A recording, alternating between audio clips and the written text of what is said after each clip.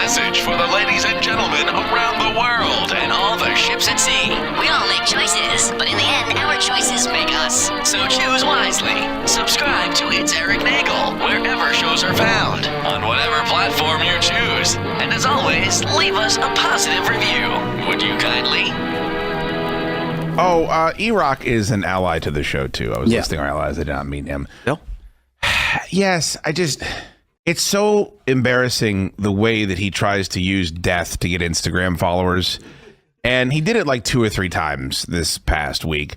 None more egregious than Grumpy Cat. Where Grumpy Cat passes away, and then there's dumb Erik with a big stupid cat in his hands. That could have been any cat, by the way. Who knows? I'm taking his word that it's Grumpy Cat. And he's just desperately trying to get over being some sort of angel of death. And I'm trying to like go back in my brain and see, do I have a picture with Erik? Because that means I'm dying soon. He says that he just has a picture with every dead person. Well, it's horrifying. When the car wash of guests that come through Sirius at the time. Yeah. And now the compound. How are you going to interview Grumpy Cat? Like, how are you going to do that? Yeah, I don't know. I didn't understand that. I imagine he was in the hall and it wasn't going to high voltage at that point. He just was passing through and he said, let me get a pic. Yeah, but if you go on YouTube and you type in Erik, Angel of Death, he had this rap on O&A a decade ago. And now he's continuing it. Yes. He has pictures with everyone that has died. He probably has a picture at some point with Thomas Jefferson. It doesn't. Anybody that is no longer drawing breath, he's got a picture. Was that why he keeps posting them? Because he knows that's his bit? I don't know. Because to me, I don't think it's that meta. That's right. Well to said, me, Evan. it just looks like he makes her some more another weed. Person's unfortunate end, a chance to say how famous he is. I don't know. I went better for Erik. That's all. There's the first video pops up. You're absolutely right. Angel of Death, Erik. It's right there. Opie and Anthony. Go ahead and listen. And that's some real stuff. That ain't what we do here. That's real mean radio. Yeah. We do kind of funny pussy mean radio. They do mean radio. Yeah, it leads to people showing up at your house and restraining orders and things of that nature. It's Erik Nagel. And it starts now. Ladies and gentlemen of the universe, the next voice you hear. It's Erik Nagel. Hello, everybody. Welcome to another edition of It's Erik Nagel. That is myself. Joining me, as always, in the Upside Down is my buddy, Gittles. Hello. I waved even though no one could see. Phone lines are open, 651-SMITHERS. That's 651-764-8437. Follow us across the board on social media. It's Erik Nagel. Like us on Facebook. Subscribe to our YouTube channel. And I think that's it. That's pretty much our equivalent to all the YouTube bloggers. Like, what's up? It's your boy, Erik. Before we get into the story here, make sure you click here to subscribe and then over here to hit notifications so that you know every time we put a video up. Also, today is brought to you by Funko. And, you go through this whole thing. It's like, I'm watching this video 5 minutes and you still haven't gotten to the damn subject to why I came to watch this thing in the first place. And then, you get to the video and it's 4 seconds long and it's just like a cat falling down a stair and you're like, fine. That was worth it. How awesome was that? Remember, click one of these videos over here to subscribe, and then you hit the notification. And remember, it was brought to you by this company, and you're like, oh my God, forget it. Yeah, it's like, please leave. Everybody's videos are now 10 minutes long. Yeah, it's just intros of people going, what up, it's your boy. Enter name here. What if your name is just Shaboy? Hi, what's up, it's Shaboy. Yeah, and it's like, why does he keep repeating that? Sheboygan. Why is there an echo? Why does this keep repeating? Oh, he's just an idiot. Oh, yeah. Shaboy from Sheboygan. It's like Oshkosh Bagosh with that little kid in the commercial, the old commercial, when she would just go Bagosh, Bagosh, Bagosh. Yeah, ugh. There's a throwback to make you feel old. Anyway, welcome to the program. Lots to talk about, lots to get into, as always. Gittles, I haven't seen you for about a week. How have you been? How's your life? What have you been doing? Yeah, it hasn't been a week, hasn't it? It has. Yeah. I just thought that's funny. That was it. And it's like, I recognize time. Yeah, it's been a week. Give or take a day? Give or take a day. Things all right. Same old stuff, Working, getting into that summer routine, busy work hours as the days are getting hotter. Right. So, all that fun stuff. How's life in Brooklyn? Playing some video games. I've been playing through my copy of Resident Evil 2 that came with my video card when I bought this computer, and I'm loving it. And it's so much fun. I forgot how good the game is. It's definitely like the best Resident Evil in my opinion. Like I played that one a lot in high school, and just been playing a bunch of that. I've never played any of the Resident Evil games. I've Dude, admired them. I've seen a couple of the movies, but I've never watched the game. You got the same video card I did. Did you ever claim your code to get the games? I don't think I did. Oh, I still have the you missed codes. out. Still have Well, the yeah. code. Well, see if you could still claim it. Yeah. I'll try and do You that. can get Resident Evil 2, dude. It's amazing. It's so good. You'll love it. Resident Evil 2, and then it was not a Diablo game. The Division 2. Division 2, but I have no interest in that. It's fun. That's pretty fun too. But That's Resident Tom Evil 2 Clancy is more joint, here, right? really. Yeah, Gotcha. it's like a tactical based shooter. But like, I think you'd like Resident Evil 2. Sure, I would. I want to watch. Apparently, there's a lot of movies. There's like 4 or 5 movies. I thought there was like 7 or 8 of them. I've by watched now. 1 or 2, but I'm going to get into that in a little bit because later I want to talk about last year. I did that summer viewing list, and I Yeah. still was trying to check off stuff off the list. I'm going to give it an upgrade for going into this summer because we're going right into Memorial Day. So the unofficial start of summer, for those of you who go technically by the vernal equinox. Ooh, But I'll have this list together because I'm going to upgrade it. I'm going to put something new on there, a new way of doing it that I'm sure is going to be exciting to talk about, and in the same time anger everybody else as it did last year. What are you doing, Eric? We'll get into that a little bit later. But for now, so you're playing Resident Evil 2, playing games. Yep. Anything going on in Brooklyn? Walking the streets? Any craziness? I mean, all the time there's craziness, but keep it to a minimum. I might be going. There's a convention coming up in a week. It's got like comic books and like toys and shit like that. Where? And, What's it called? It's at the Brooklyn Convention Center. It's in Greenpoint. And I think Matt OG is coming in. He got tickets. Oh, nice. So might do that next week. Very cool. You also had, last time we left you had the takedown in Brooklyn there, the taco takedown. I did, yeah. How did you do? I got first place. That's awesome. What was the recipe? I did a my own version of a like Korean barbecued like pulled pork taco. So it was like pulled pork that I marinated for like 24 hours in like a marinade with like sesame oil, vinegar, like gochujang paste, and scallions, ginger, soy sauce, like all that fun stuff. So I marinated that for like 24 hours, and I sous vide cooked it for about 24 hours, so it was just like fall off the bone tender. And then made a barbecue sauce out of the marinade, made a coleslaw and like a spicy sauce for it, and little fried wonton skins to give it some like crispiness. So Wow. it was pretty good. Nice. And you came in first place. What was the prize? What'd you win? Cash? No, I want a big frying pan. So The admiration of your peers? no, I don't have any admiration of the takedowns anymore. People hate me. I'm the fucking villain. I'm the Thanos of the takedowns. I snap my finger and half the contestants disappear. So you're inevitable is what you're saying. Yeah. I'm definitely like the villain of it now. I was the underdog, and then 'Cause I you keep went to the winning dark so side much? by winning. Because you keep winning so much? Oh, yeah. Oh. Yeah. Well, that's too great, bad. man. I got a lot I- of frying pans. But this one was a big cast iron one, right? Yeah, it's nice. It's like full 12-inch like deep skillet one. It's really sweet. Awesome. It's 15-inch rather, not 12. Well, good for you, So- man. Congratulations. I'm psyched. And if anyone tries to break into my house now, I have like a whole collection of cast iron frying pans to chase them down like 1920s, Right. bandit style. Or you could Chase tie a them. rope around it, hang it around your neck, and have it under your shirt, and makeshift bulletproof vest.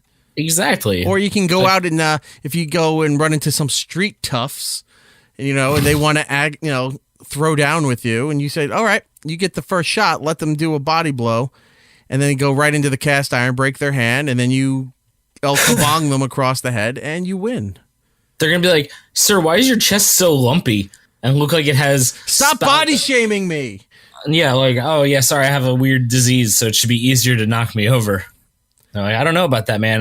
That looks like a handle, and I think I see a price tag It's hanging called off a of it." pot belly, sir. Yeah. No, it's like, I think that's like an actual pot on your belly. I'm like, no, it's a frying pan, motherfucker. Mind your business. Yeah, get out of here. Punch me. Dare you. Will it go Hits you through? right in Will the it be face. detected through a metal detector? Because it's not your traditional metal; it's iron. Will that be detected? I don't probably. It's metal. Imagine if it doesn't. It's like, wait, I can't have a knife, I can't have a gun, but I can wear cooking wear. I'm starting so many fights.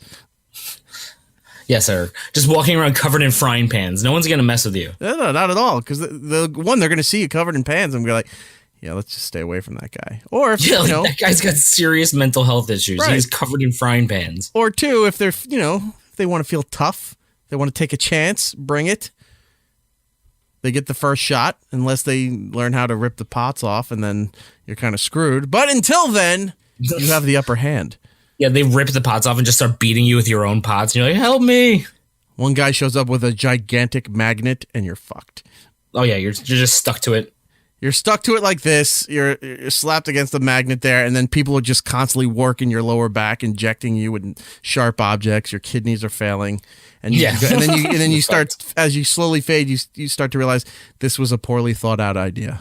Yeah, we are so screwed. Oh, that's heaven calling. Oh, yes. It's like, do not make jokes about me, son. I go, For me, I work in the usual, but I had an event the other night. that I ooh, went an to. event. It was at the Cutting Room in New York City. I've never been there. I knew of it. I know a lot of rock shows and other performances have been done there. I thought this were like a lot of 16-year-old goth kids hang out. Really? The Cutting Room. Oh, that would be the joke.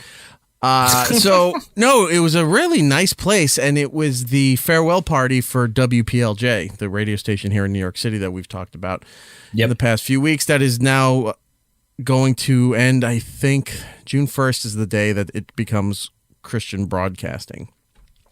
So they threw a big party at the Cutting Room for people past and present. If you ever worked at the radio station, you got an invite to come to this event. So I was fortunate enough to get my invite, and I went, and it was people from 1970, 71, I think, 71, when they flipped the station to WPLJ from WABC FM and made it it was a big rock station through the 70s into the early 80s before. What was it before that? Like talk? It was, I don't know what the FM signal was before that. Good call. I don't know. I'd have to check. But up until the 70s, a lot of people were not using the FM frequency. Like the FM frequency was viewed as, that's where college radio happens, or public access stuff, or NPR kind of things. Can't get the news on the FM radio. Well, the FM radio wasn't really looked as valuable as the AM radio because, since the beginning of radio time up until the late 60s, early 70s, AM was the standard, was the broadcast network of, like equivalent to television. So Does AM have further range than FM? AM has further range. It does, because it follows the curvature of the atmosphere. FM has a better quality of a signal, but follows the shape of the Earth. It rides the crust level. So okay. So you get FM up to a certain point. That's why a lot of these AM stations that they always touted from the big market, 50,000 watts, whatever.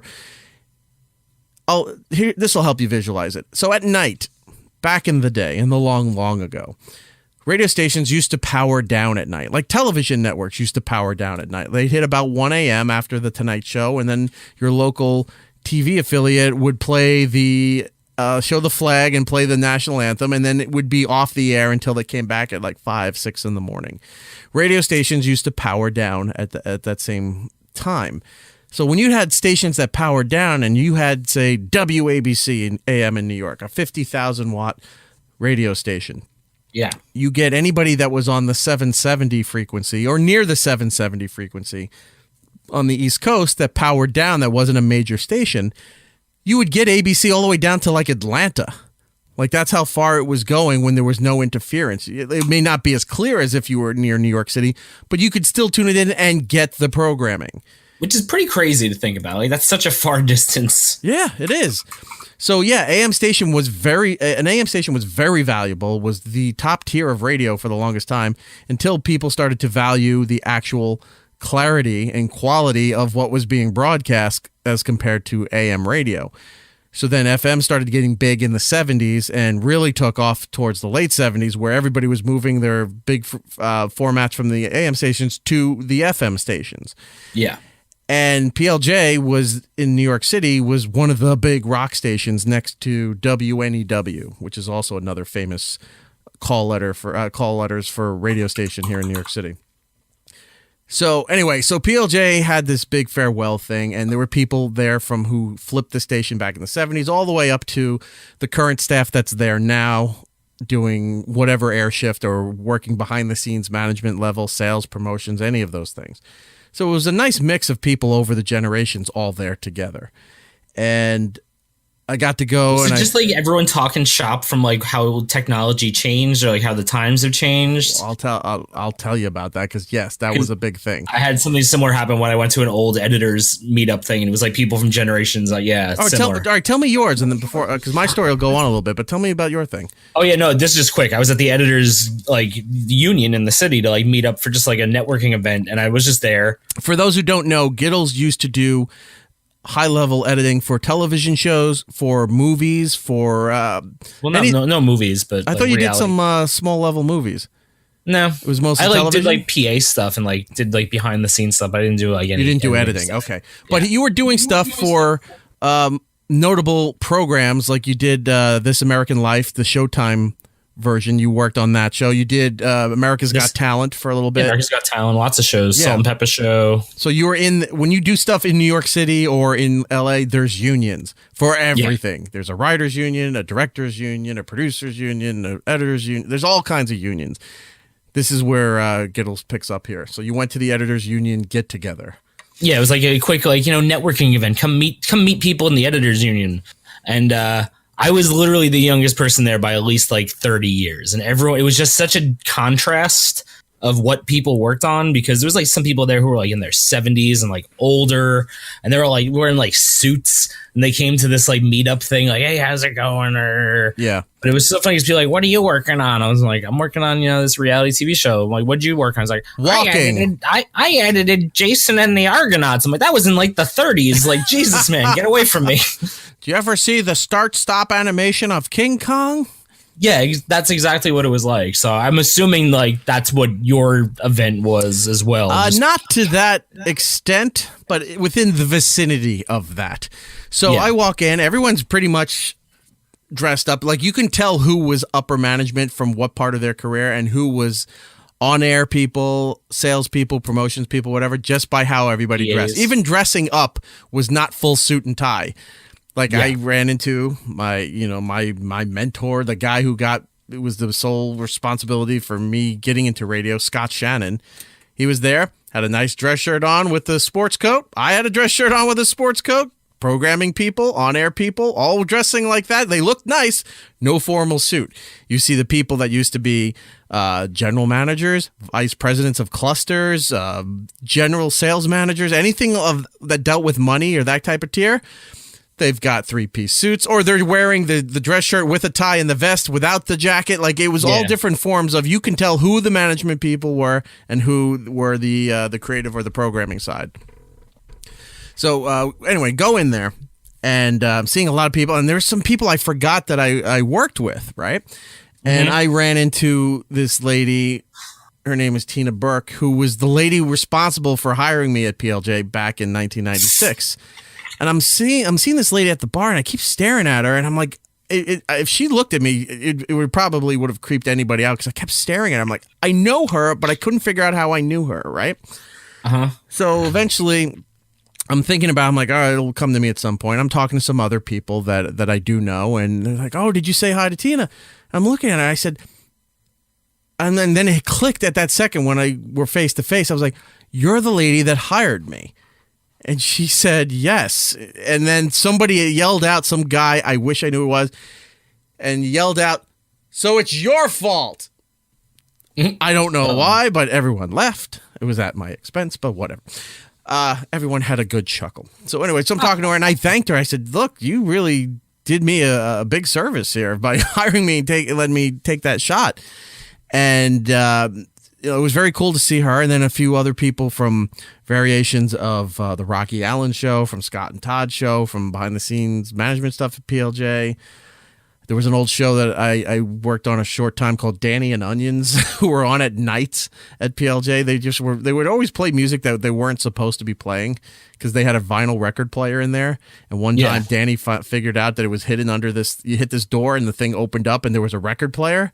So he would start grabbing vinyl to play, even though it wasn't fitting the format. And he just would throw like ELO on and AC/DC and stuff. It's like it wasn't supposed to be played with whatever the current format was. But anyway, so I see all these people, and I noticed this. So there was 3 different kinds of inquiries that I got when I was talking with people. One of them was, I didn't know you interned here, and then because I interned there for a short bit, and then I got hired for promotions and other stuff like that. Low-level stuff, anything big. It was not on the air, really, for anything. So some people are like, I had no idea you were there. And they said, but I heard you on Opie and Anthony talking about it. And then other people are like, yeah, you didn't know he worked here. And all. Like, so it's people that didn't realize what other things were going on. Number 2. Wow, what a celebrity you are, Eric. It was weird. It was fun. But then there was number 2, which was the follow-up to that, is they loved Jocktober. Now, even though that station was subject to a lot of Jocktobering every year, but they knew who the target was from Jocktober. It wasn't really anybody there at that station personally, except for one person. Yeah. And I did a lot of, not really apologizing, but I said, like one girl said, she goes, yeah, I used to run all the social media and the Facebook stuff when you guys would do Jocktober.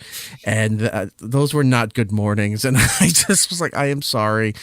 Nothing personal. It was not against you or the station. It was, well, and then she pulls up the tweets that it's like, this is personal. No, but it's like scarring to some of these I'm sure people. I can only imagine. So the hate. Yeah, so this one girl, very nice. I apologize, I can't remember her name, but she's like, yeah, I had to lock down the Facebook that morning, the first morning you did it, because they were just attacking and destroying everything we had.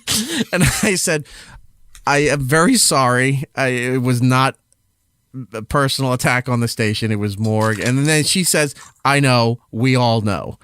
Yeah. So this was intriguing because apparently as time went on, I would talk to these people.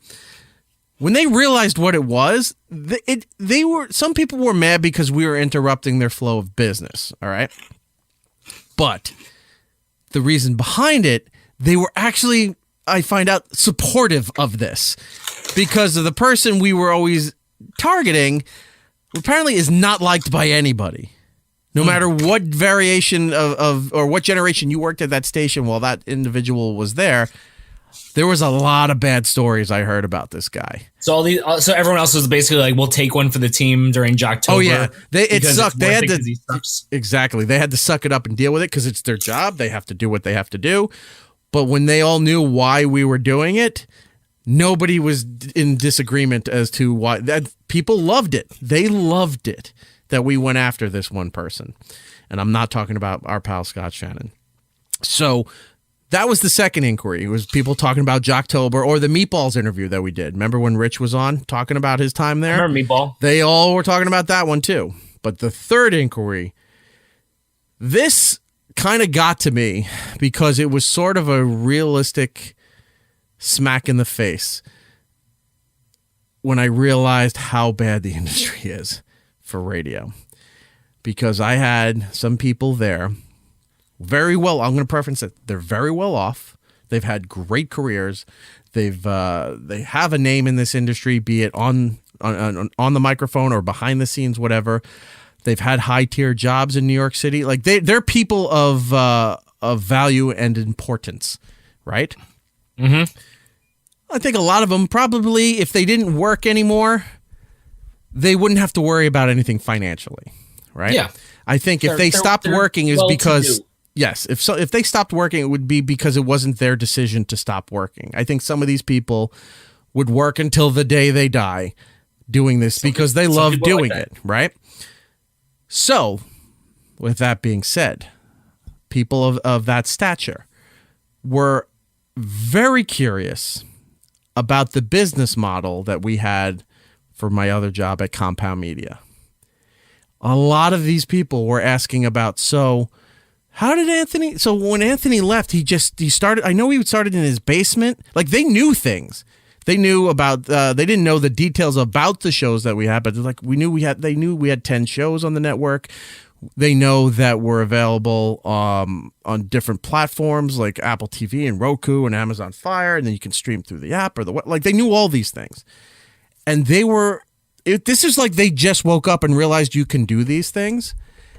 And while they're asking me questions about, I'm not going to tell them everything because it's not my business to tell them that stuff, but I gave them basic information. And they were all, the fact that I was getting so many people inquiring about the business model of how to do a network like that. And these were guys of prestige. And they're asking about this. Really made me think that when I was coming to this event, it was going to be great to catch up and see a lot of people.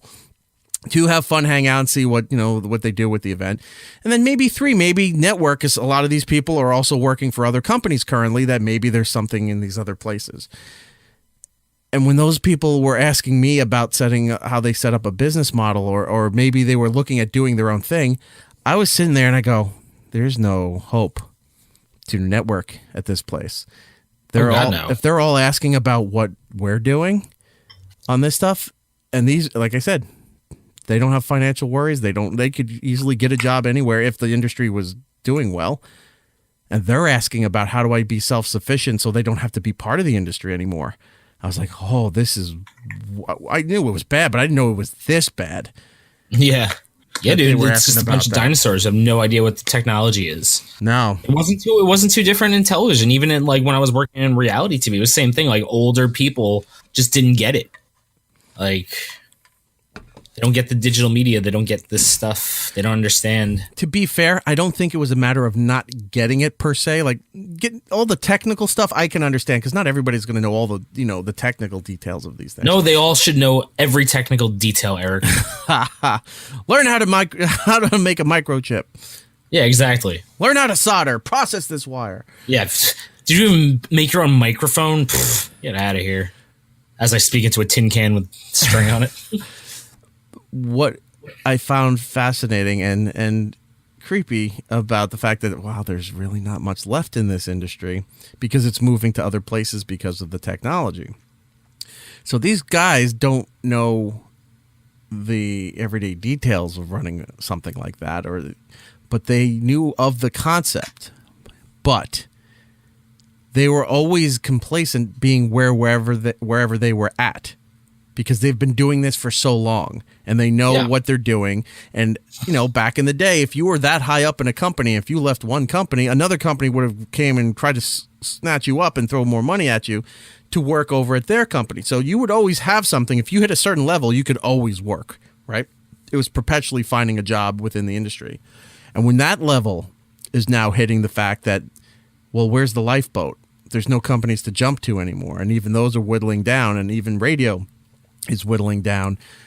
Satellite's going to be in a lot of trouble in the next 5 years or so because they have no growth as far as younger subscribers. People are not coming in. They're going to suffocate with their subscriptions. Do they work through like Spotify or anything like that? Or are they just still their own thing? Who? Like Sirius and stuff. Can you get it through like other apps, or do you have to have service? You have to have the Sirius app, or you have to have it's a preset in your car. Like the technology's there to turn it on your car, but you have to pay for the subscription service to have it turn on in your car. And a lot of people now have been like, I think you get 3 months free or a month. Sometimes I've heard a month free. When you buy a new car, you get like a month to 3 months free of the satellite service. And then it tells you got to subscribe in order if you want to keep Sirius XM. A lot of people don't.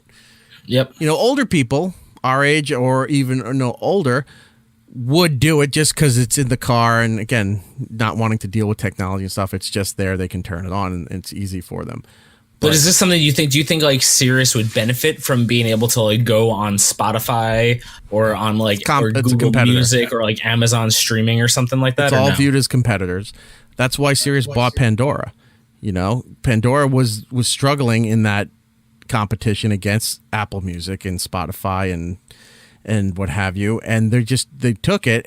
And my theory is that they were absorbing that technology, figuring it out how to implement it into the Sirius XM app and their control systems at SiriusXM so that it can eventually self-generate the playlists for these stations based on listenership, based on trends, because with the app you got hard numbers. Satellite, they kept saying we didn't have numbers, we couldn't tell at any one point who was listening. But if you're streaming through the app or if you log on to the website and stuff like that, that's a hard connection. They know exactly what you're doing. Yeah. They may say they don't, but that's bullshit because everybody else does. Spotify knows exactly what songs you skipped, exactly what songs you're listening to and streaming with, because then it starts giving you suggestions. It learns what you like. Oh yeah, of course. It's like, hey, did you know about this Less Than Jake album that came out 2 years ago? No, I did not. Look at that. How did you know? Well, you listen to Less Than Jake all the time, so we assumed that you would want to know about. You probably like this, yeah. Right. Everybody knows. So satellite knows. They know what's going on. By implementing the Pandora software into there, these networks, these channels can self-generate based on people liking songs. Just simple survey, like Netflix. You hit like or dislike for what stuff that you watch, because that's how it learns and surveys you through your viewing tastes, right? Yep. So you do that on these apps. You do that for satellite, and they implement the Pandora algorithm stuff into it. It learns. It's like, well, this person likes this person like this. Well, people in this age group of this demographic of whatever, when they listen to the 70s channel, tend to lean more towards this genre of the 70s music. So guess what? We're going to program the channel more towards this thing because that's the majority of what people are listening to that subscribe to our service. You don't need the human being there anymore because the computer's all doing it. You have one guy or one lady there who just makes sure that the logs are generating. And you don't need to be there hands-on anymore other than to ingest the new music for those channels that stay current. You put that new stuff in there, and that's all you need. You don't need anybody else. So they can wipe out most of the workforce for the music department. And I've told that to a couple of people, and they were like, well, no, I'm just going to keep my head down and keep working. I'm like, that's not good. You need to be looking for something. Your head down further, and then the axe will have a nice clean cut. Exactly. You need to be looking for other things because this is where it's going. Their subscriber growth is going to suffocate within the next 5 years or so. And then the programming, they're not going to need many human beings doing it because those algorithms, that's why they bought Pandora. Nobody wants to believe it, but that's why they're doing it, because it's that software going to mix into satellite. They don't need anybody anymore.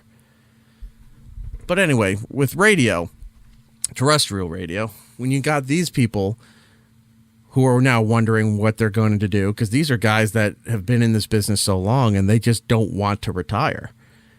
And that's fine. I get it. You have a passion. You love working. If you don't need to retire, then don't retire. But routine you've probably been doing for 50 years. Yeah, but you may be forced to retire because there's nothing left, or there will be nothing left. And that was the only downside to the whole event, because the event was great. They did a whole history of the station. They were playing, samples of all the on-air personalities through over the years, the morning shows when Jim Kerr is a big legendary DJ here in New York City. He's been on New York stations forever. He was the morning guy at PLJ in the 80s, and that was a big era for them.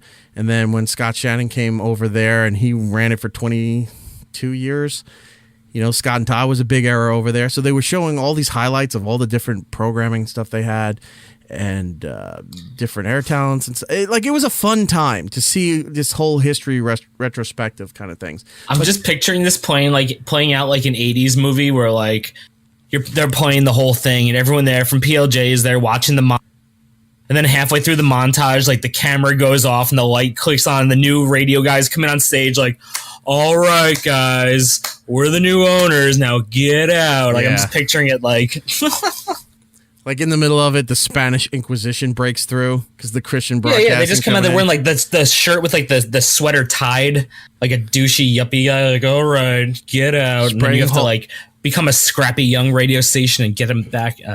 Spraying holy water on you, stabbing you with crosses. Yes. The power of Christ compels you. It's like, wow, Christian broadcasting is not what I thought it would be.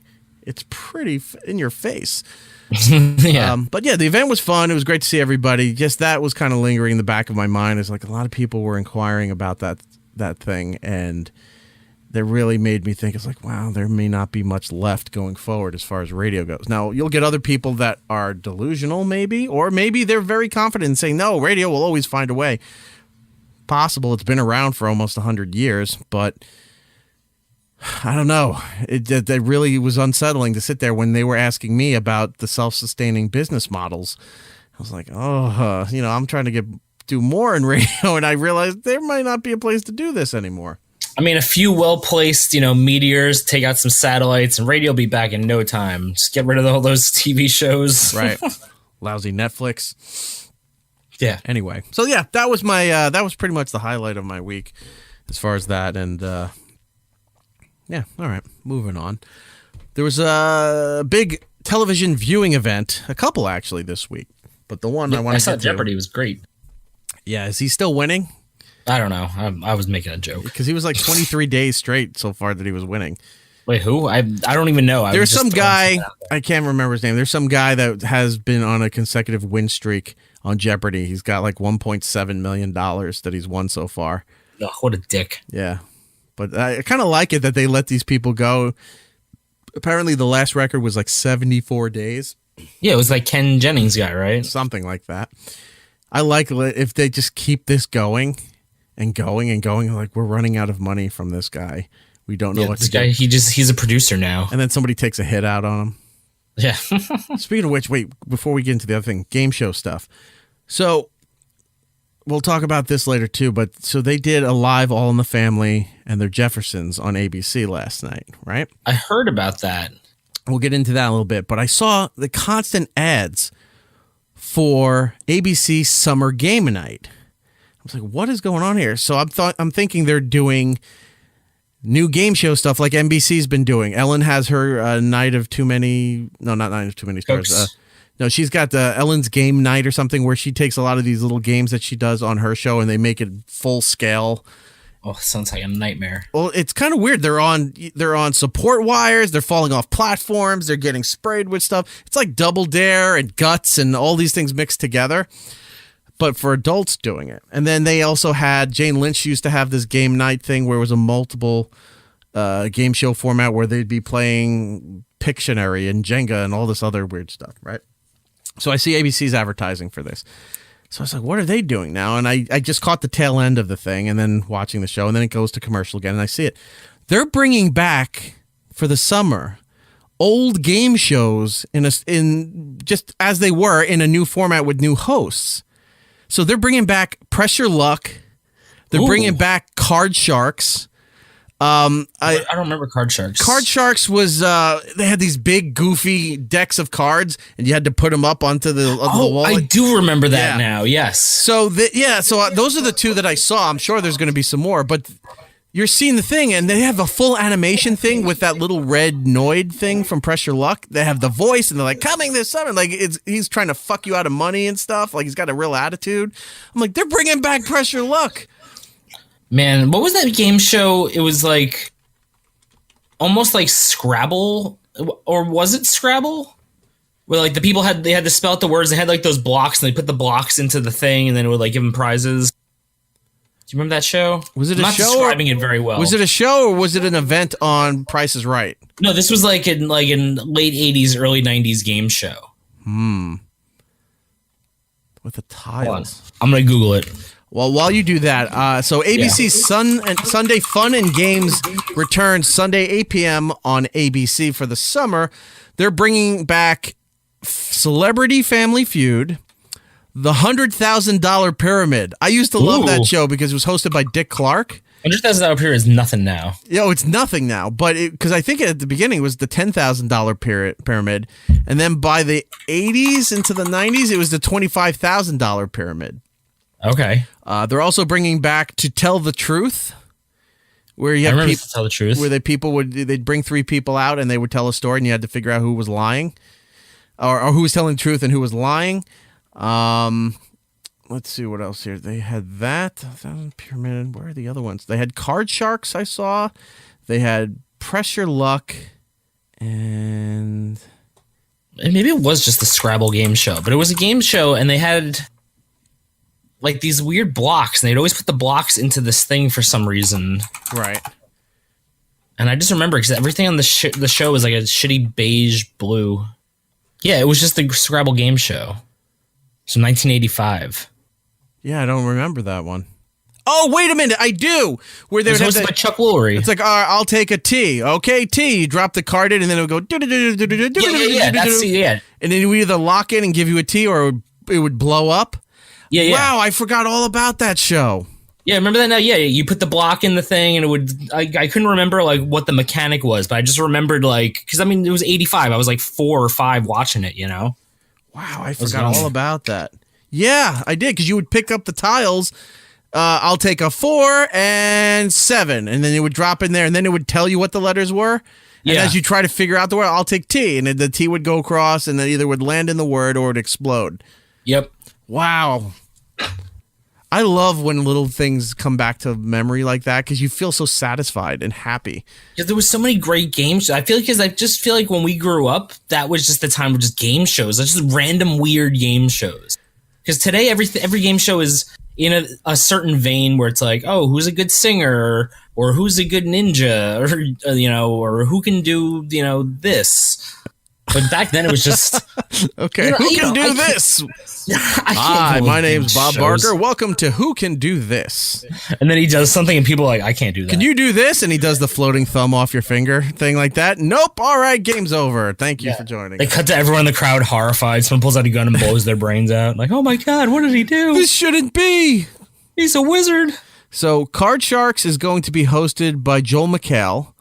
Okay. And Pressure Luck. He's a good game show host guy. And Pressure Luck is going to be hosted by. I just had it here. Damn it. I think it was Elizabeth Banks. Are they going to have whammies? Yeah, the whammies are there. Thank you. I couldn't think of I kept calling it the Noid. It's the whammies. The Noid's from Domino's. Yeah. But they did Elizabeth Banks is hosting Pressure Luck. Who is? Elizabeth Banks. Huh. Okay. She's a female comedic actress. You've seen her in a lot of things. Oh, yeah. No, I know who she is. I think wasn't she Miri in Zack and Miri Make a Porno? Do you remember that Kevin Smith movie? Sure, we'll go with that. She's in a bunch of different things. But yeah, she's hosting that. So anyway, ABC's bringing back these game shows for the summer. And as much as I don't like what the networks do now, because they don't really focus on programming in the sense of building quality shows anymore. They go, well, let's go by seasons. Let's find a cooking competition. Let's have The Voice. Let's now have a songwriting competition, a dance competition, America's Got Talent, anything along those lines. A big budget. Can you do this? Yeah. Can you do this? Hosted by Brian Gittleman. That could be the show title, actually. But yeah, so that's what they do for prime time.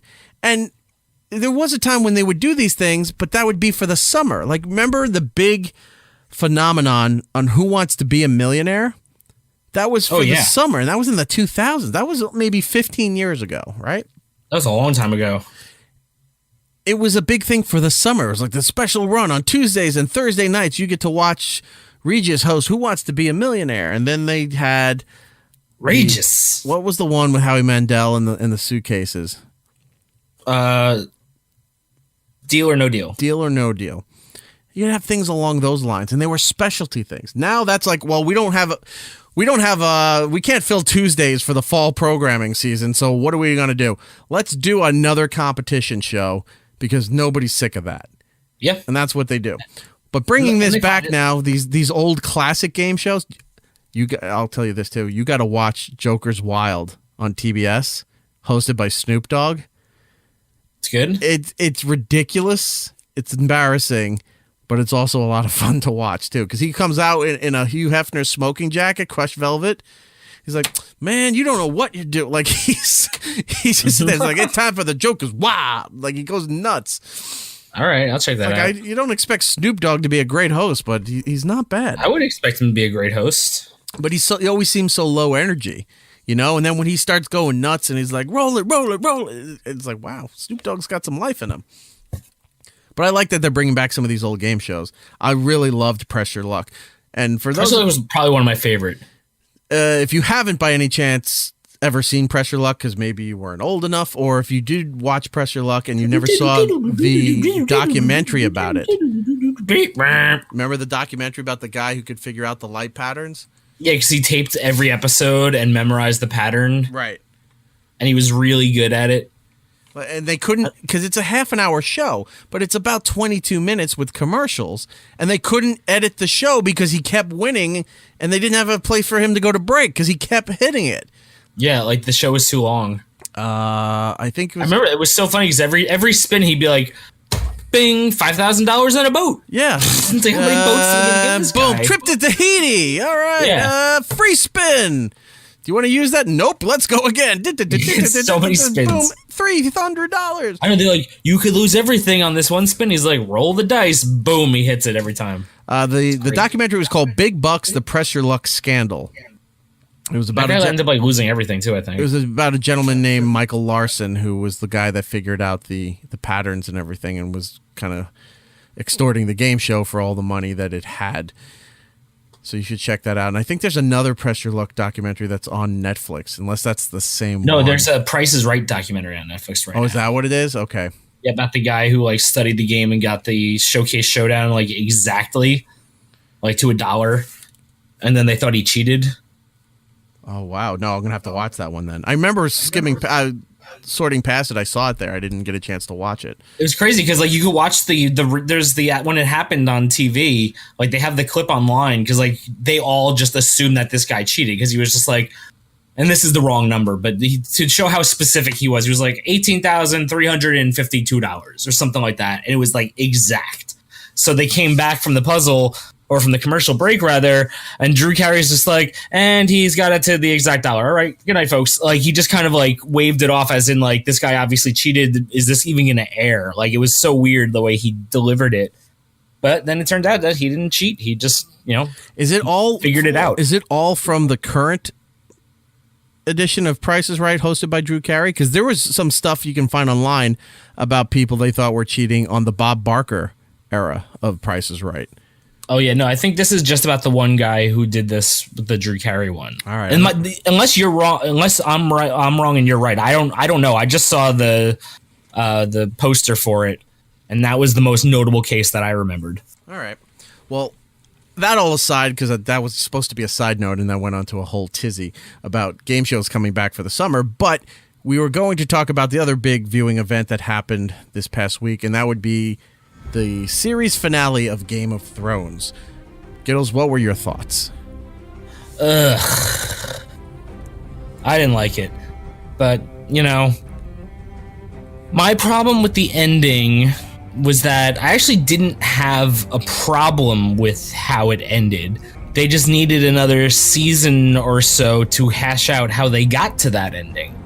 Like, if everything wasn't rushed with the last, season, right, where it felt like 2.5 seasons crammed into 6 episodes, if it played out and this was the same ending after another season of okay, we're really gonna explain Bran, we're really gonna show how Daenerys went crazy, we're really gonna build this up for this character arc so it makes it more believable, I still wouldn't have had a problem with it. I'm kind of okay with how it ended with Bran being on the throne because that's how it was planned since the first episode of the show, and that's it. It's just, I feel like they rushed it and they didn't need to.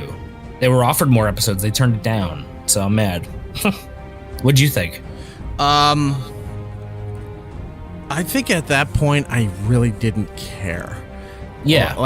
I wasn't frustrated. Maybe I should have been frustrated, but I felt like I lost all investment in it with this last season. So when I was laughing and enjoying the fact that she just burninated the countryside with King's Landing there, that I just realized I just liked seeing the effects and the destruction because I didn't care about the characters or the story anymore. I was just rip it all down. That's, I think, what I was celebrating. And then into this episode here, it was a slow start, and then that weird, was it trying to be foreshadowing for something, where she's walking up towards the stairs to address everybody, and then the dragon just happened to open its wings right behind her, so it looks like she had dragon wings. What was the symbolism of that if she had no future? Why would you even present that? All right, now we're going to go into this evil tyrant. Well, that's because that's who she became in that speech, though. You know what I mean? That's who she was in that speech. She was the dragon queen, you know what I mean, at that point. So even though she died 5 minutes later, she was still that person for that speech. You know, when she said she was going to burn every city to the ground, basically. Yeah, I did. I thought the scene between Jon Snow and Tyrion was interesting.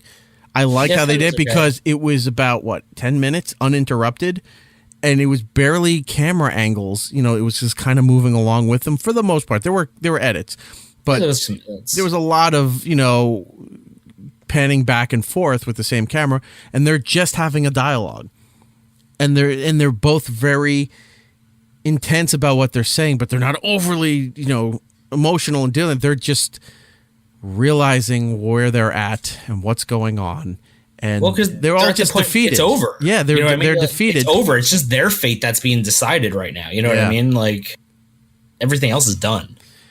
So I enjoyed that scene for whatever, you know, for whatever it was. I just enjoyed. It just felt kind of cool to watch that because it seemed a little bit out of format for how the episodes have been lately, and it felt like the older version of Game of Thrones.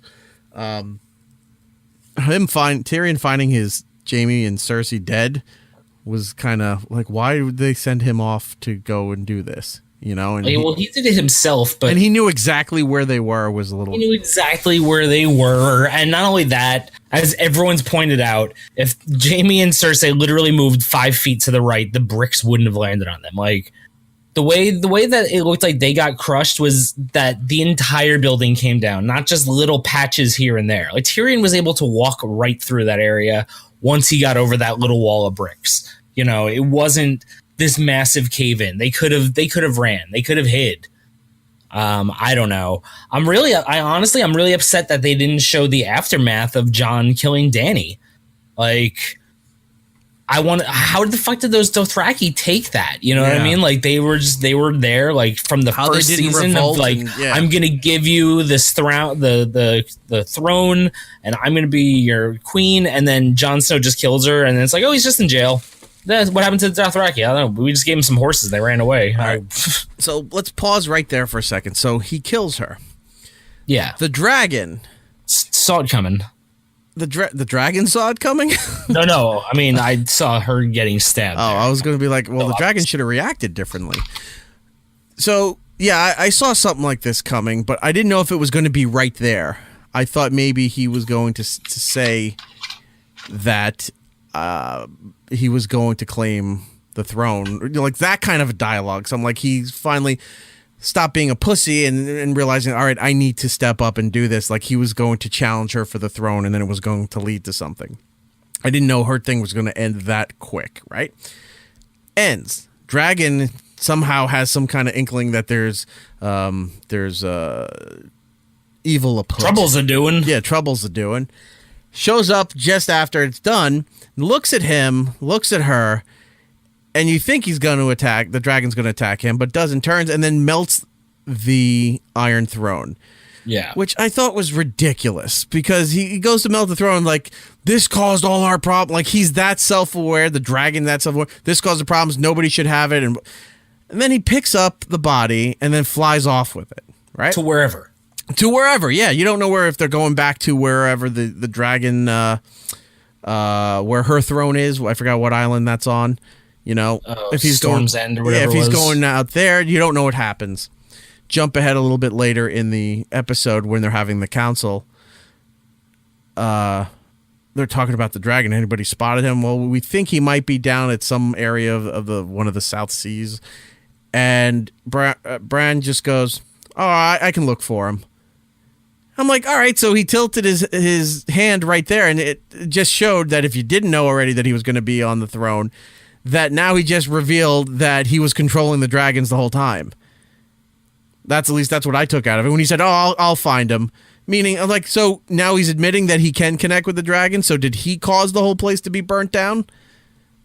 No, I wouldn't go that far, but I think I do believe that Bran warged into the dragon to melt the throne.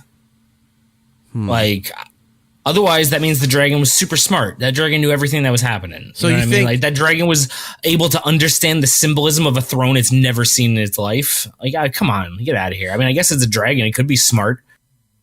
So do you think that? So all right. So if the dragon wasn't being controlled by Bran for burning down King's Landing, the dragon was being controlled by Bran to destroy the throne, and then take her somewhere else. Yeah, maybe take her somewhere else. Yeah.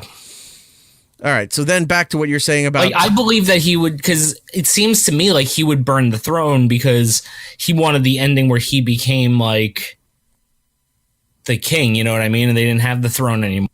Like more like a democracy type thing that they were kind of going for, you know what I mean? They needed the throne to be destroyed for that. I don't know. It's either that or the dragon was just like, I understand that this throne and the power that it demands, you know, has to be destroyed. The dragon's not that bright. You can't process that. So, or the other option is the dragon's extremely stupid. And he saw Daenerys dead with a knife in him, and then looked up and saw the chair made of knives and said, "Stabby chair killed her," and then melted the chair in revenge. That is ridiculous and hysterical at the same time. Because imagine if that's what they that revealed. was floating around. I didn't make that up. That's okay. been floating around line. Stabby chair, kill queen. I avenge you. Yay! Fly away. Oh man, I was hoping that was your thing. All right, no, but still, it's a brilliant theory, and I hope that it's a great theory. I hope that's what it was. That it's just a dumb dragon that thought the chair stabbed her, and John's just like, shit. John's like, get out of that one. So all right, so she dies. The throne. And like, melted. I felt nothing when she died. Like she died, I was like, well, she's dead. Exactly. There was no emotional connection this to it that we've been through for 8 seasons, and she just dies. Rooting on. Now she's dead. You're like, oh well. Moving on. She's dead. The council thing, right? And then they don't even address, like you said, the armies, how they reacted. Did they revolt? Whatever. It just jumps ahead a certain amount of time. Tyrion's in jail. Jon's in jail. And then they have the council again, where the last time we saw the council like that was where they introduced that a White Walker does exist, right? Wasn't it? But also, like, hold on, like, time out for 1 second. Yeah. How did Jon even get captured? You know what I mean? Drogon took her body a second after it was killed and left. Couldn't Jon just be like, yo, she said she didn't want the throne, she melted the sea and just flew the fuck out of here. I don't know what happened. No one would have checked. That's true. Or he could have said, look, it's like the dragon melted her. Well, wouldn't there be bones? Dude, there's no iron throne. Why would there be bones? The dragon just lost his shit and killed her. Melt her because she's fireproof. Damn it, you're right. But it doesn't matter with this season. That could have been an explanation. Ugh. Yeah, I don't know why Jon wasn't just like, yo, she just left. She said, fuck the throne, melted it, and got out of here. Here's what's interesting. So they have the council. They go through the whole thing. One, you talk about democracy. They laughed at Samwell when he was pitching the idea of democracy. And they're like, let the people vote? What are you, a fucking idiot? And they're all just I felt like they were going for the obvious, like, ha, ha, ha, joke, like, tongue-in-cheek. Right. So then when they're trying to piece everything together and Grey Worm wants justice for Jon Snow, who's his prisoner, this is how dumb that Grey Worm was, that he thinks that Jon Snow was being punished. But really what they were doing is they were just setting him free outside of the city limits. You know, yeah. They're like, he's going to go back to the Night's Watch and go up north by the wall and all these things. And he's not allowed to return. He's not allowed to see his family. He's not allowed to do all these things. And this is his punishment. And they didn't, even though he didn't feel like it was a good enough punishment, but he was willing to accept it based on trying to keep everything, have order and set up a new line of government. But really, then they cut it a little later, Jon Snow's doing the goodbyes to the family. You know they're all going to see each other again. They're not going to give a fuck. And you're sending him back up there where all his friends and the dog is and all that stuff. And what happens? They're now going to explore the whole north, which was White Walker territory, north of the wall. Now they're going to go explore that area that hasn't really been explored. Yeah, you don't got to worry about anything killing you up there because the White Walkers probably took care of anybody who was up there. Yeah, so now it's just, let's go see what's up there and what we can develop with this. So he got away with it, and so there's no punishment for him.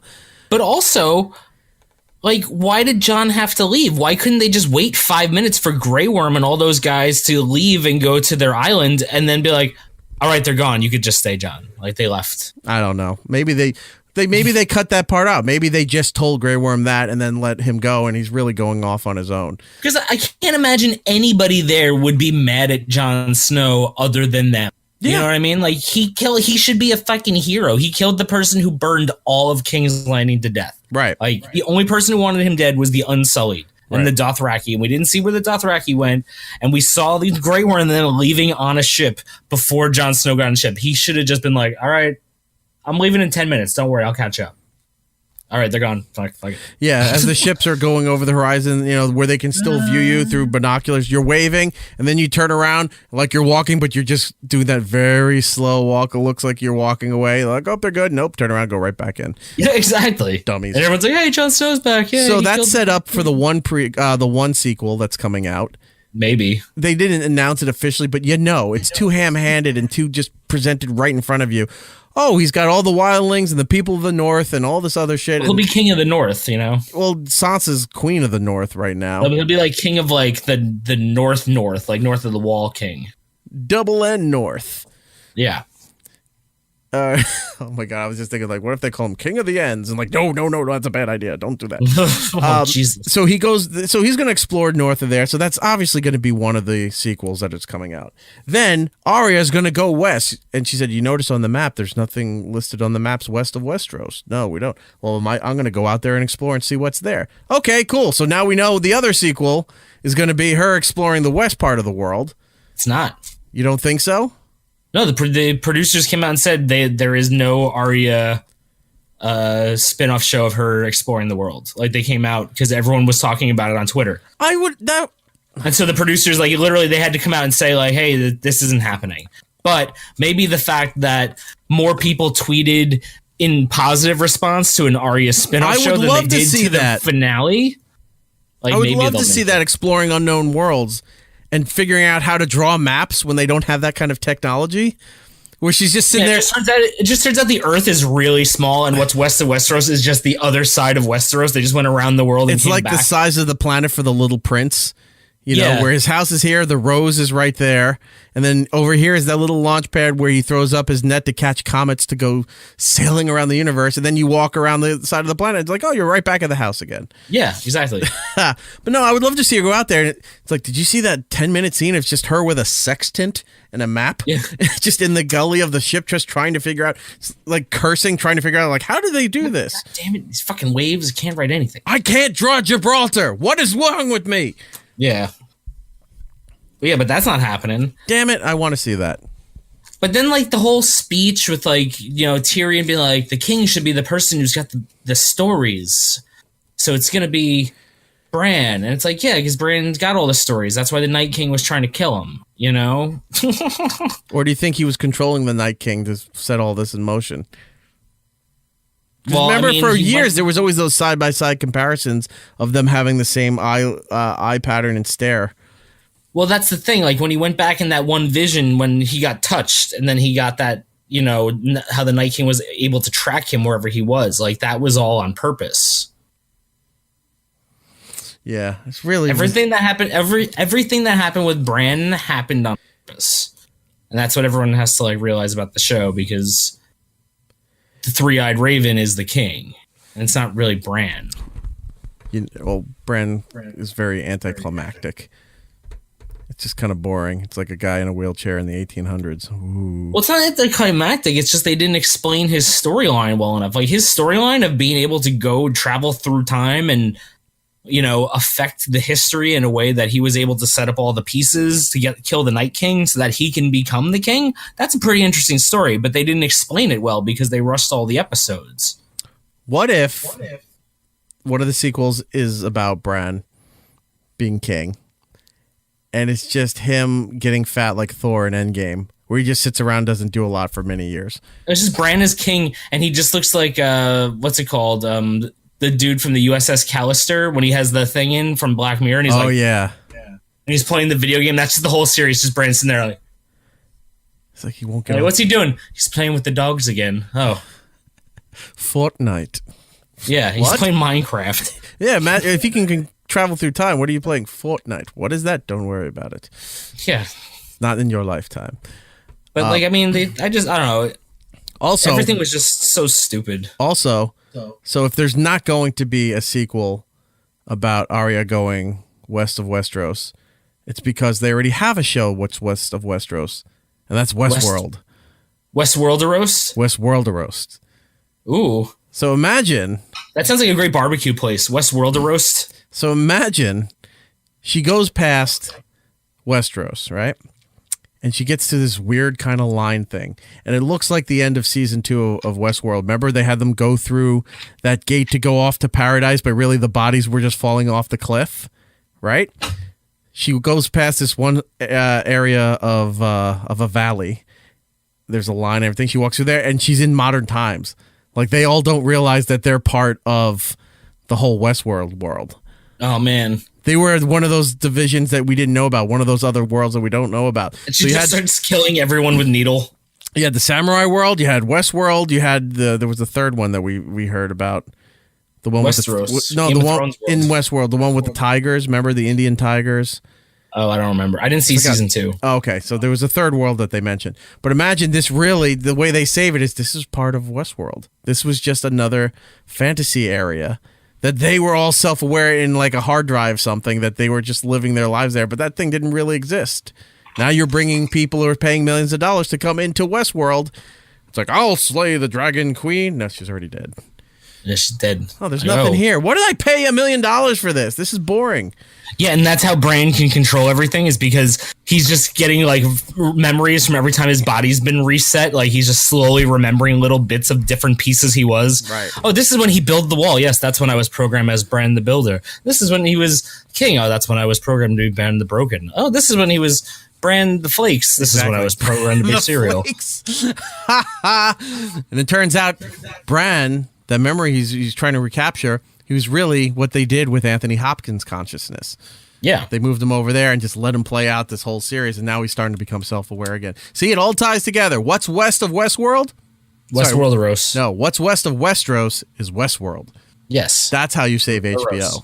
Let's take a break. When we come back, we got a whole bunch of stuff to update you with television, movies. No, fuck Bronn, too. Why did Bronn get a seat on the council? Like, what the fuck? The guy was a thief. All right, we're not done then. No, that's it. I'm done now. Fucking Bronn. It's a break. It's Eric Nagel with Erik and Gittles. More next. It's Eric Nagel. Follow the show on Twitter, Instagram, Snapchat, YouTube, and Facebook at It's Eric Nagel. Hey, it's Charlie Cox. You're listening to It's Eric Nagel.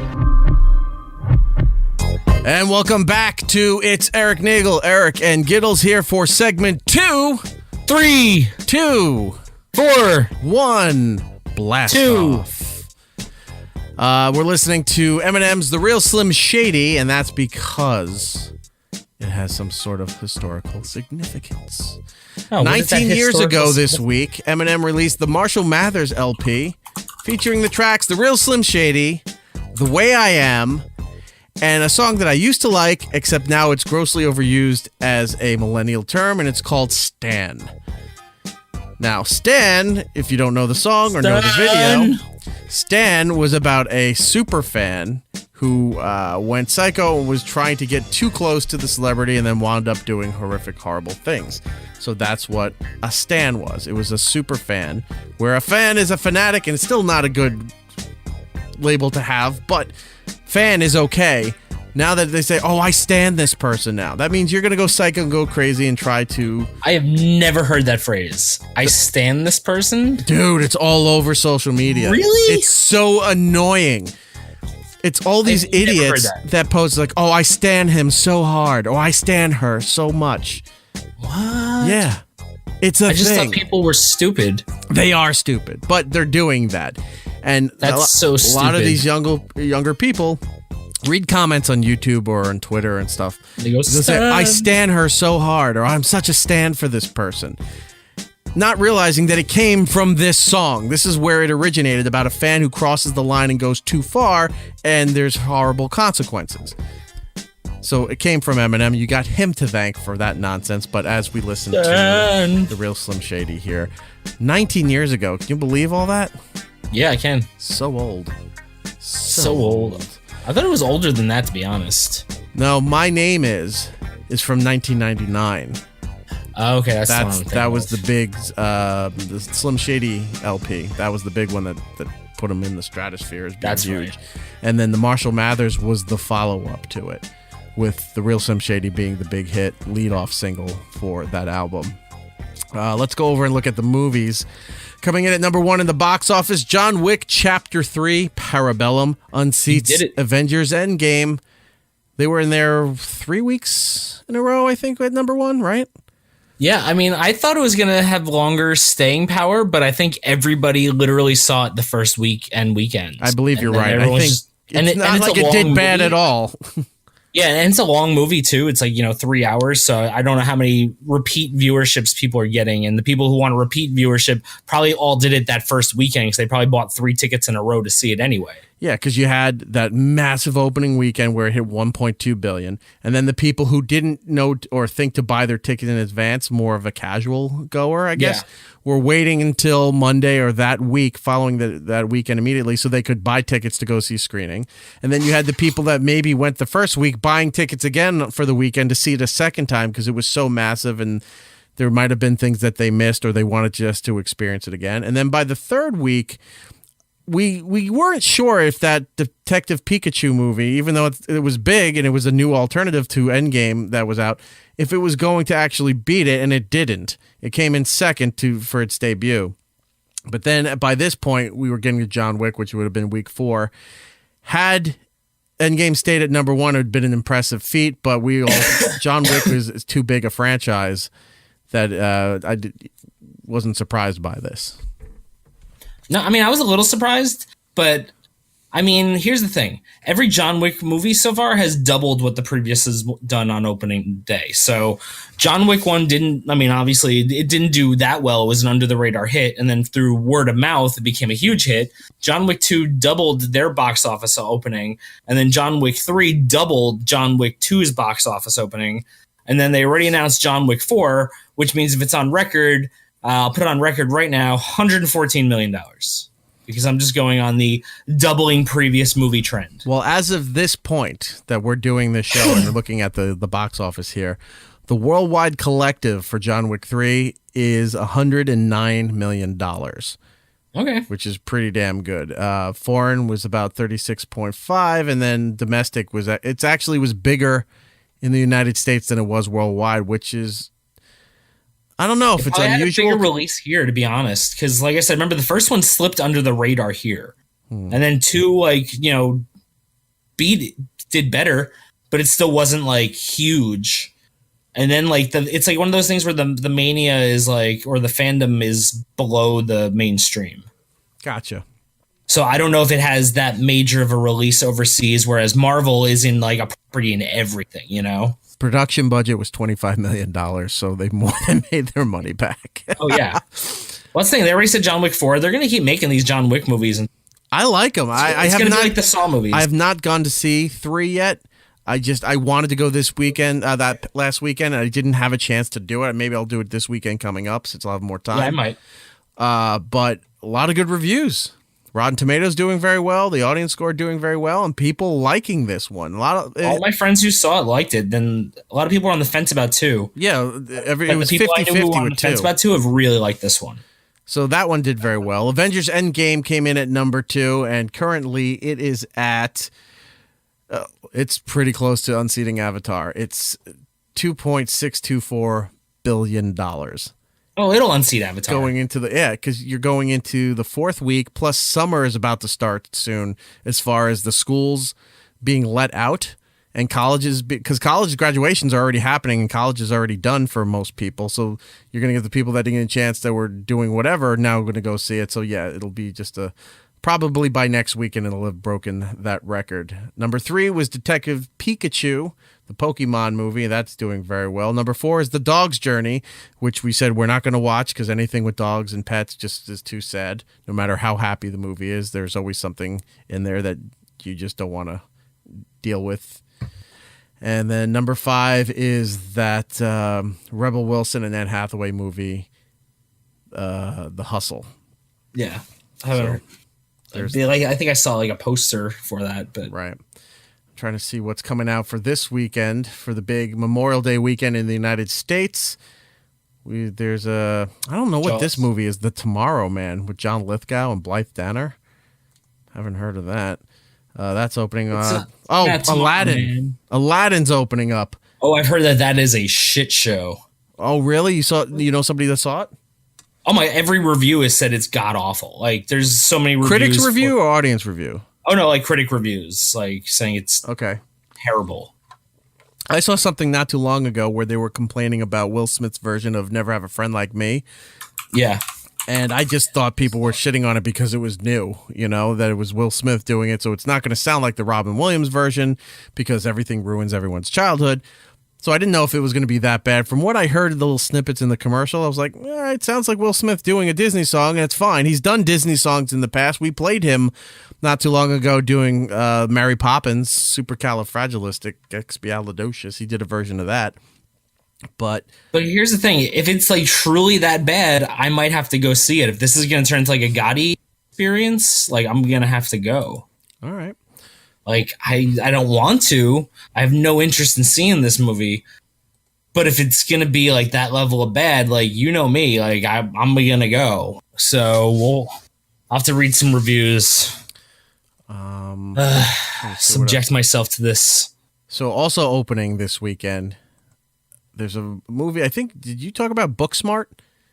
I did not talk about Somebody Booksmart. mentioned that to me. It's Olivia Wilde directing the movie. But Will Forte, Lucy Kudrow, Jason Sudeikis is in it. But the one other movie I want to see is Brightburn. Yeah, I can't wait for that. So I guess in a nutshell, it's a superhero origin story, but it focuses on a person becoming a villain instead of a superhero. Yep. So that I'm actually really excited about to see. So that's what's opening for this weekend for the Memorial Day vacation, if you want to do that. The following weekend is Godzilla 2 King of Monsters, which I'm very excited about. DVD releases, got the Lego Movie too. Fighting with My Family it was really good. I mentioned this last week, but I just finished the movie over the weekend. It was really, really good. It's a story about Paige from the WWE. It's produced by The Rock and Stephen Merchant. They produced it, directed it, wrote it, everything like that. It's based on her and her family over in England, which were very well known as a wrestling family, like a Carney kind of situation. And she got an opportunity to join the WWE, and it's about her journey going in through everything like that. It was actually really good. It was a fun watch. And I don't know what else is there. Oh, Cold Pursuit. Is this the movie I think that it is? Yeah, it's the Liam Neeson. Pursuit. Liam Neeson. It's Taken in the Winter. Oh, yeah, I've heard about this one. Did you see? So we watched the trailer on Anthony's show the other day, and he has this logging machine, and he just raises it over a car, and it's like a compressed air cannon shoots a tree log straight in through a car. Like, it's so over the top ridiculous. It's just Taken in the snow.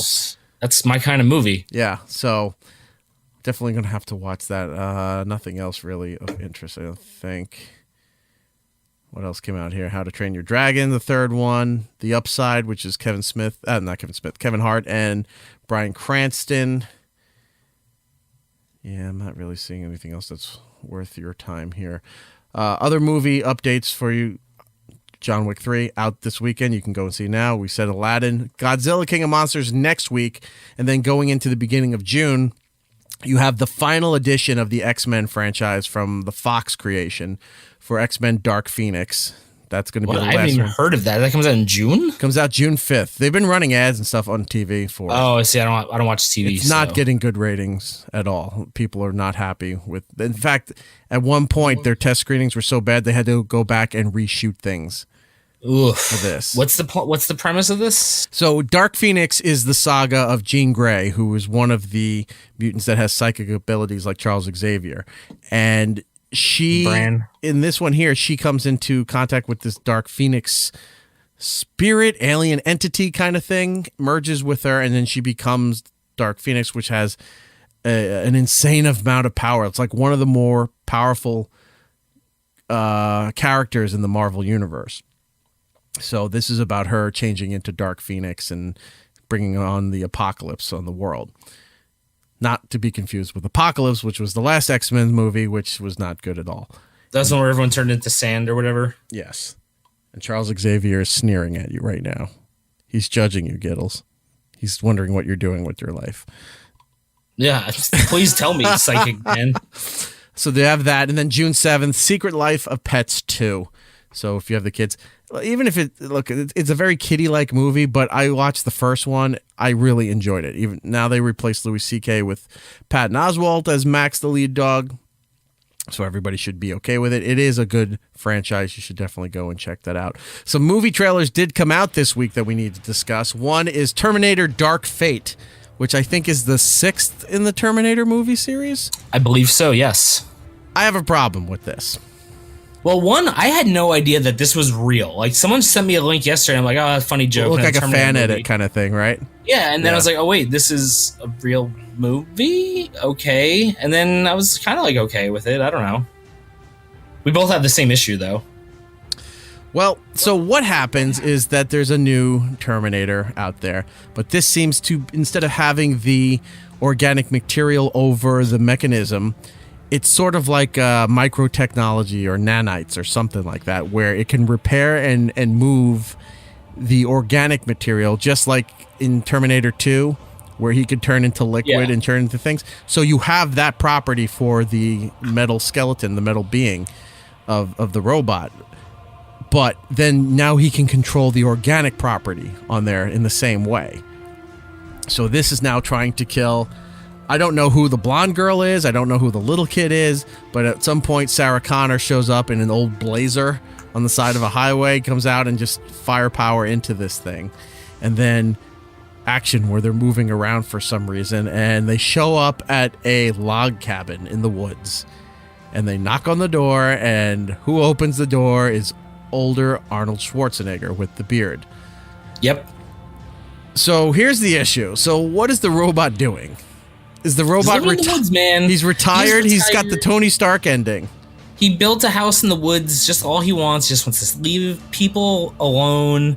Let the robots take over the world and sit in the woods like Dexter. Cut down some trees. But he's a robot. Like, why does he need to fulfill his life and see it to the very end? Why does he need to just lay there and go, oh, this is the end of my life. I've lived a good life. I've only killed a certain amount of people, but I made up for it. Now I've earned this retirement. I earned my time to rest. Well, maybe it's foreshadowing because the apocalypse is coming and there's not going to be any trees left. So he's just trying to enjoy some time with the trees before all the nature's gone. That seems a bit far-fetched, but that could be the only Imagine that is the explanation. He's just doing geological surveys. He's just enjoying the trees before they're extinct. So, yeah, so that kind of took me out of the whole trailer. Then the rest of the trailer didn't really show anything other than the girl with lots of fights. The blonde girl who looks like Kaylee Cuoco from Big Bang Theory is naked fighting in a what I can only assume is like a burnt out area of Newark for a little bit. Yeah. And you don't see John Connor. You don't know what happened with John Connor in the trailer, at least in this trailer right now. So then you get the whole thing that says Terminator, Dark Fate. You're like, I don't know what this is about. This is just another Produced Terminator by James thing. Cameron, directed by Tim Miller, who did Deadpool. Right. And written by David Goyer. So, like, I feel like the team sounds right where it might be decent. It has the right people there to make this happen. It's got all the right ingredients, you know. I mean, they're doing the old throwback of let's bring in the people from the original franchise that made it really popular and maybe that'll get people in, you know, shtick. And, you know, if they pull it off, it'll work. I don't know. I mean, I don't have a problem with the Terminator movies. I really haven't seen any since 3, to be honest. But if they want to keep making them, more power to them. If one turns out to be good, I'll go see it. But I don't know how to feel about it. This ties into my summer viewing list. Last year, I kicked it all off with watching the original Terminator for the first time. I am proud. Well, not proud. I do have to announce that I have not watched the others yet. I still haven't watched T2. I don't know how you haven't seen T2. Like, I feel like everyone has seen it. You haven't even seen it by accident. No, I've seen enough of the clips for 2.5 hours, and it was on the TV while you were walking through the place. No, and you'd think that would be the case, but no, I've seen enough of it from the Guns N' Roses music videos. Oh, Jesus! And then every parody that ever was made about Terminator 2, I've kind of pieced some of this together. Like, I'm gonna hit this leave call button right now. Just like I gotta go. So, yeah. So, all right, I'll bring up the summer viewing list before we get to the other movie trailer. Then, so Terminator was the first one I went to watch, and then I watched a couple more off that list. I really did a poor job with trying to complete that list. But going into this summer, I thought, how do I take it to the next level? What do I do with this list? Are there more movies? I'm sure there are that I have not seen that everybody else has seen. And that's the whole purpose of the list. So what I'm going to do this summer is I'm going to expand the list a little bit by now including franchises. So there are franchises that people love or have watched that I have never seen. And we talked about it earlier in this program. If you didn't listen to it, go back to segment 1 and catch up. But the Resident Evil series. Now, I've watched 1, I think maybe 2 of the movies, but there's 5 of them, or 4 or 5 of them, and I want to see all of them, whether they're good or bad. So that's going to be on the list. I've also have never seen Hunger Games. I've never seen the Hunger Game franchise. I know that it's a popular thing, never seen it. And I told some person that, and they said, well, if you're going to watch Hunger Games, you're going to have to watch the Twilight series. And I said, I would rather not. Yeah, don't watch that. Why you have to watch that if you're watching Hunger Games? That doesn't make any sense. I don't. They're not even the same world, like just because they're teen books. I think that's what it was. I think that was. Fuck that. You need to see Battle Royale if you're going to watch Hunger Games. Well, I know you had told me about that, but this is for franchises I need to add on there. Now, Battle Royale is a franchise. Oh, it is? I thought it was just one. Well, the rest of the movies aren't good, so you only have to watch the first one. But it is technically a franchise. Okay. Battle Royale. I'm writing that down again. I mean, especially if you're going to watch Hunger Games. I mean, I feel like they're in the same boat. Well, I'm trying to find franchises of the frying pan. of things that I've never seen. So I'm thinking about what other franchises are out there that I haven't seen. Also, I have not seen... I own all of them, but I have not seen them. The Girl with the Dragon Tattoo, the Swedish movies, and the American movies. I have them, I just not watched them. I haven't seen any of those. I've had no interest. So I'm going to watch those. Then I came across a franchise that people love. I've not seen a single movie in this ongoing franchise, and they have a lot of movies. I have not seen a single Fast and Furious. What? Yeah, I've not seen a thing. Whew. My God, man. So that's going on the list. They are just ridiculous movies. I know, they look like a lot of fun, but I've not watched a single movie. Too Fast, Too Furious. Then I wanted to do Jason Statham movies, but they're not all in a franchise. They're just different movies of him doing the same thing over and over. Like I saw, what was the first one where he had the thing with his heart that he had to keep moving or his heart would stop? Crank. The best fucking series ever. Crank 1 and Crank 2. I have not seen the second one. The first one, we had him on the show for the first movie back in the day. I got to see the second one, so I'll put Crank. The second one is so fucking insane. Oh my God, you watch that tonight. Like I'm gonna go watch that tonight now that you said you haven't seen it, because like I feel like I have to watch it for you because it's so good. All right. It's live action GTA. It's on my list. I'm trying to think, are there other franchises? Anything that comes to mind that you've seen or you know people have seen as far as franchises go? Did we talk about the Feast movies? You had mentioned that last week. I'll put that on there. They're not good, but the ending of Feast 3 is the greatest ending ever. Okay. Now, I was looking back to classic franchises, and I've seen Star Wars, I've seen Indiana Jones, I've seen Nightmare on Elm Street, I've seen all of those, but I realized there's a few Friday the 13th that I haven't seen. I feel like the Bourne movies are a good trilogy. I think I've seen one of them. I don't They're think fun. I've seen all of them. I'll put Bourne on there. I've seen all of the Mission Impossibles except the last one that was just in the theaters. I've not seen that one yet, so I don't think that counts towards my viewing list. You haven't seen all the Saws, right? Oh, thank you. I've never seen any of the Saws. You have to see Saw. Get it? I've never seen Saw.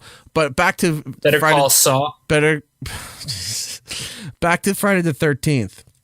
So I was looking through the lineup there, and I think there's 10 movies, something like that. Yeah, 13. And I went through and I looked. I'm like, wow. There was a point, I guess, where I stopped watching any of them. Yeah, I think there was one, Jason Takes Manhattan. I think that was the last one, and I don't even know if I finished that. But then there's one with Jason's in space. Yeah, I think that's the 10th one, Jason X in space.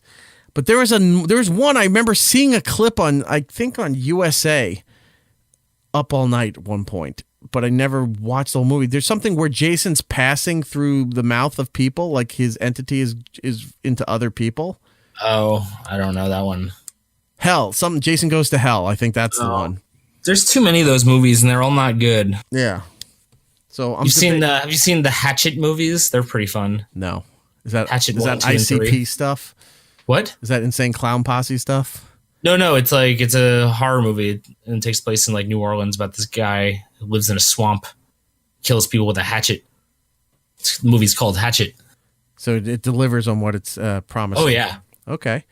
It's fun. I'm trying to think of other interesting trilogies. I just thought of Return of the Living Dead.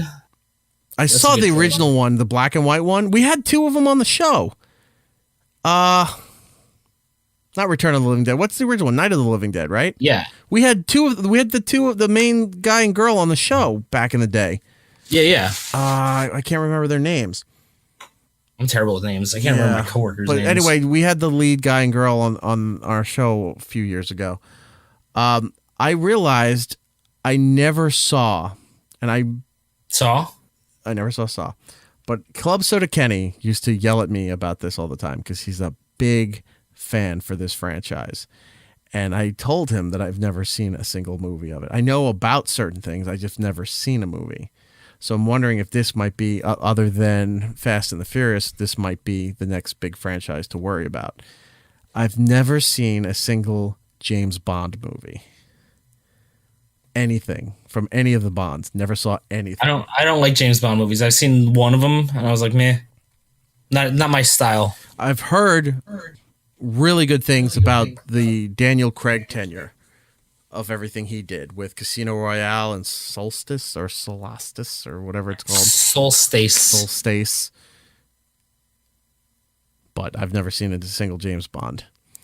If you're listening to this, and obviously you are, feel free to tweet at us. It's Erik Nagel or IHeartRadio on Twitter, Gittles on Twitter there. One of us with suggestions for franchises for this summer for our summer viewing list that I need to go over and catch up and be just like the rest of everybody else. So if you think of anything, they have other good trilogies or like just series. Well, while you think of that, I'll move on to our next trailer, which is Once Upon a Time in Hollywood, the Quentin Tarantino. Oh yeah, that looks good. His 9th movie. So it centers. It's based in truth in a real story, but the characters are surrounding the Manson family are not real people except for Sharon Tate. Yeah. So it's a story based in somewhat truth of situations and what have you. It stars Leonardo DiCaprio, Brad Pitt is in there, Margot Robbie, and Leo plays an actor who goes through the motions and feels like he might be washing up because he was starting to forget his lines and having some difficulties. Brad Pitt plays his best friend and stuntman for his roles, and they just wind up meeting Charlie Manson and hanging out with the Manson family. Margot Robbie plays Sharon Tate. And it looks pretty good. People have been talking about this movie for a while, and there's a lot of big names in there. Al Pacino's in that movie as well. Yeah, it looks good. I mean, I just watched the first full-length trailer today because I'd seen the little teaser one, and it looks like the most Tarantino movie he's made yet. There's a scene in the trailer that one is, I didn't recognize her. I was staring at her first. I'm like, who is this person? Then it dawned on me, it's Leah Dunham from that, from that Girls show on HBO. Yeah, she's there. And then standing next to her is Kevin Smith's daughter, Harley Quinn Smith. She's in the movie too. So I was like, oh yeah, recognize these people. We've talked to them. So anyway, so the movie trailer looks pretty good. I'm excited for it because Quentin doesn't usually put out anything bad. It may not be your cup of tea, but he puts out good movies. So then I see this news story yesterday that Variety put out. It's a total clickbait headline.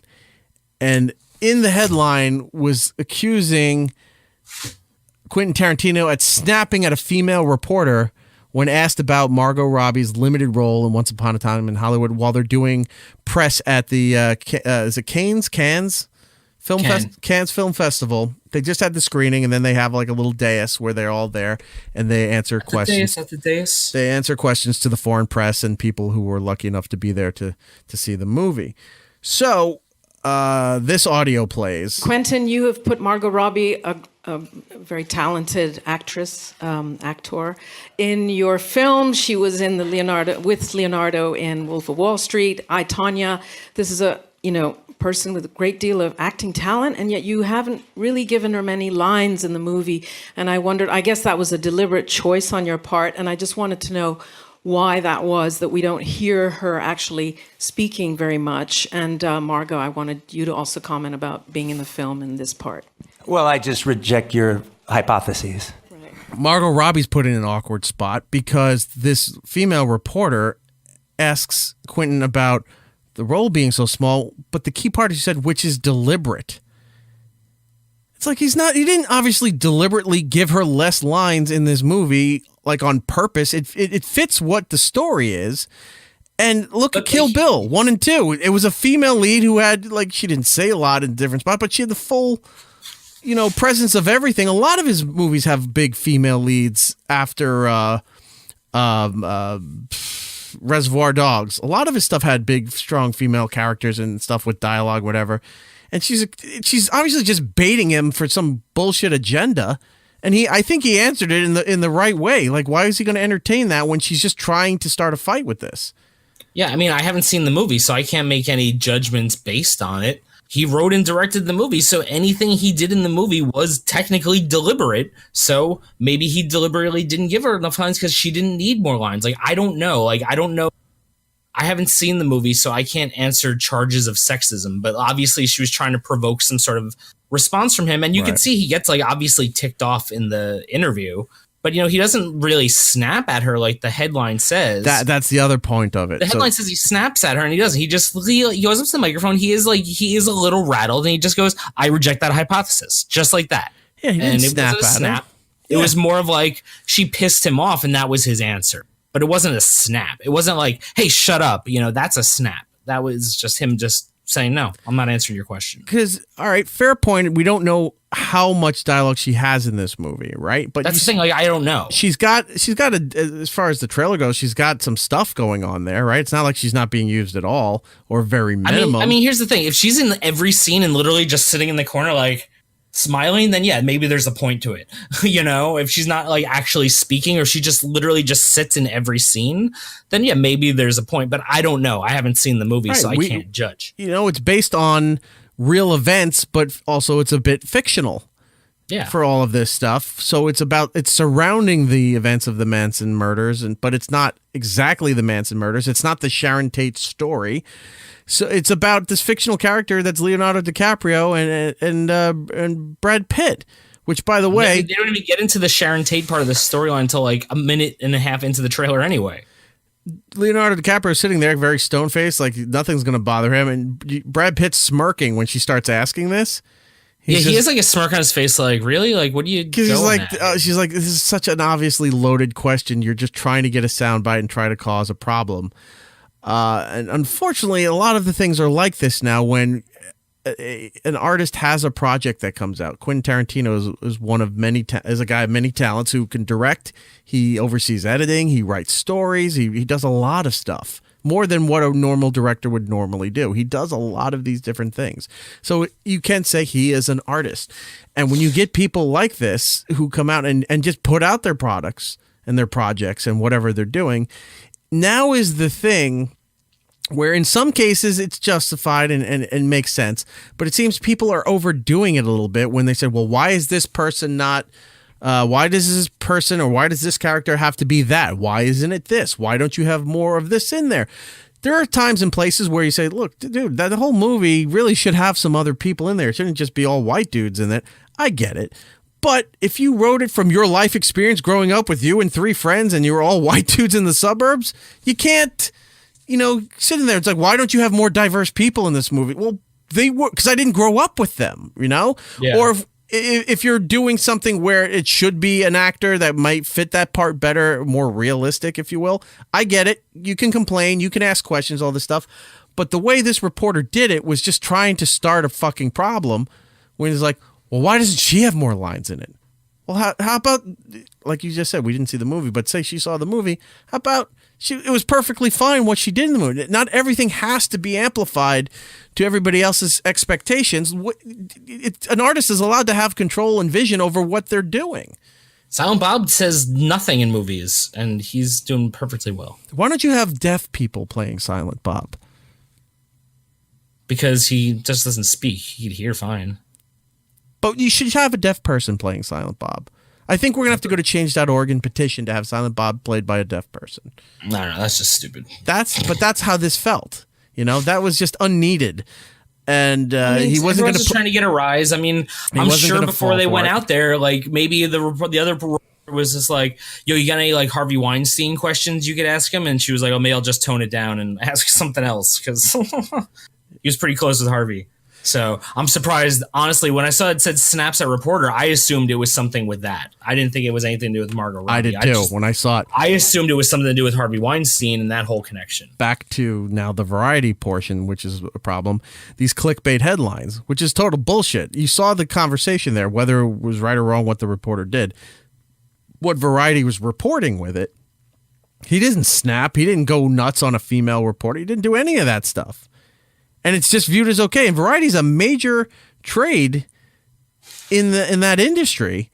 And it's viewed okay to be turning and pulling this shit on itself. It's like it's consuming itself by doing this. Because Variety is about Hollywood and Hollywood people. And it's now doing this against Hollywood people. Nothing's ever good enough is what I'm saying. Everybody ruins everything. Yeah, I don't know, man. It's reporters. People are like, they're going to do this shit. I don't know, man. Anything to sell, get clicks. Yep. Get those headlines. Moving on to television. Some news in the world of TV there. May 31st, I've been saying this for weeks. It's finally coming up. I'm very excited. On Amazon Prime, Neil Gaiman's Good Omens is going to be available. I'm excited to watch that. We mentioned Amazon canceling The Tick, right? Yes. We talk about that. They're still, and they got campaigns going now. A lot of Tick fans with Griffin Newman and Ben Edlund out there leading the charge on social media that Ben Howe has the rights back to the show, that he's going to try to put it somewhere else, which is weird. I love, people look back on that animated series of The Tick that was on Saturday mornings on Fox Kids. Very fond. Remember in the 90s? Yeah, right. Very fondly. And then people even like the one that was on Fox with Patrick Warburton, even though I guess some of the writing wasn't all there. But people do look back at that and it's like, oh yeah, I remember that. I like that. And they like this one too. It just seems the Tick can't find the right place to let this thing grow.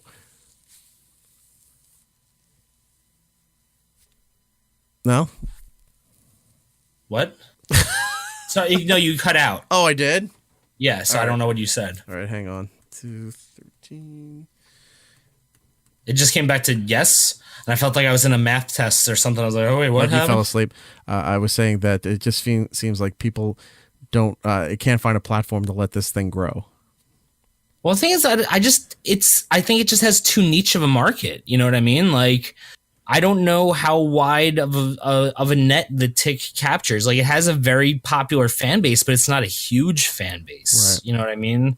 Like, I don't know how they break into that upper level from just being a silly superhero show. Because you could either be a superhero show or you could be a silly show, but I feel like being a silly superhero show is kind of hard.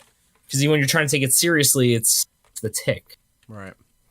You know? Also this week, back in 1969, the BBC gave the okay for Monty Python to make a TV series, which is one of my favorite shows of all time.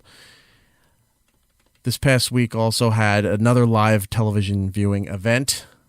Not to the scale of Game of Thrones, but sort of a big deal because it was on broadcast television that they were doing this.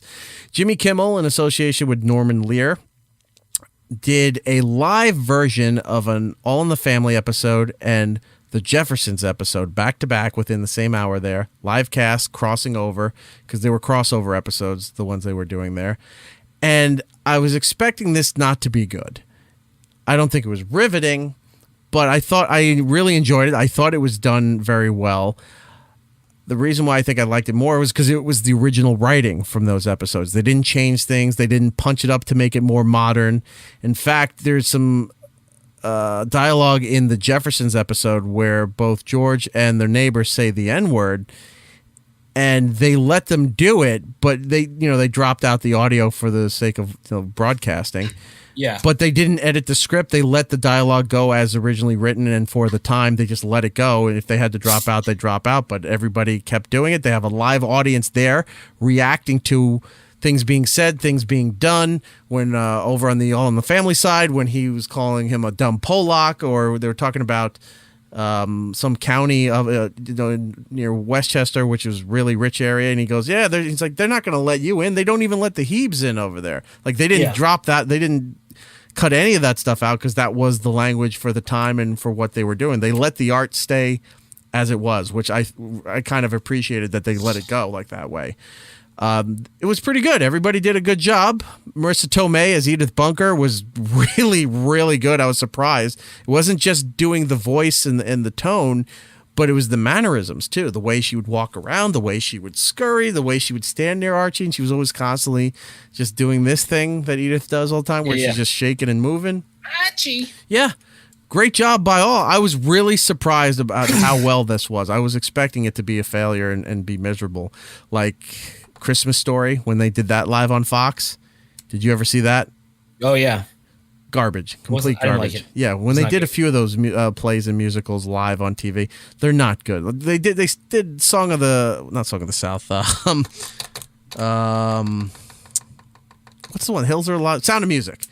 They did Sound of Music, was pretty good, but since then they did the other ones. It's just like, oh, all right, this trend needs to stop. You didn't happen to see any of this, right?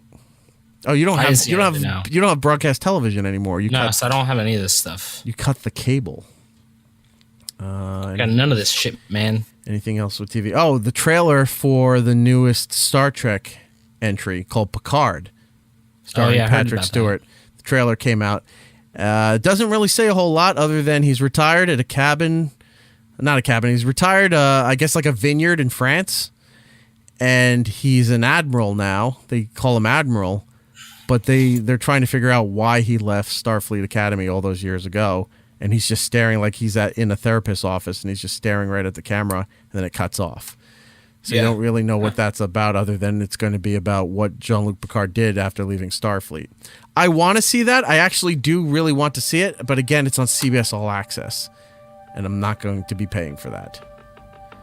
No, I think that's about it. And that means we can get out of here, but first we have to do the plugs. Gittles, what do you have? Gittle Base on the Twitter, Instagram, Xbox Live, and Twitch. I'm going to try and do some Twitch gaming this week. Some streaming for that, and still working out cooking show thing. I know I keep saying it, but I just have apartment issues. You've had some technical setbacks. We understand. Yeah. It'll come when it's ready. It's going to happen. I'm working on it. Believe me, I'm just as frustrated as you guys are. And that's it? That's it. All right, for me, it's eRock Radio across the board on social media. But for the show, it's Erik Nagel across the board on the social medias. Like us on Facebook. Subscribe to us on the YouTube channel.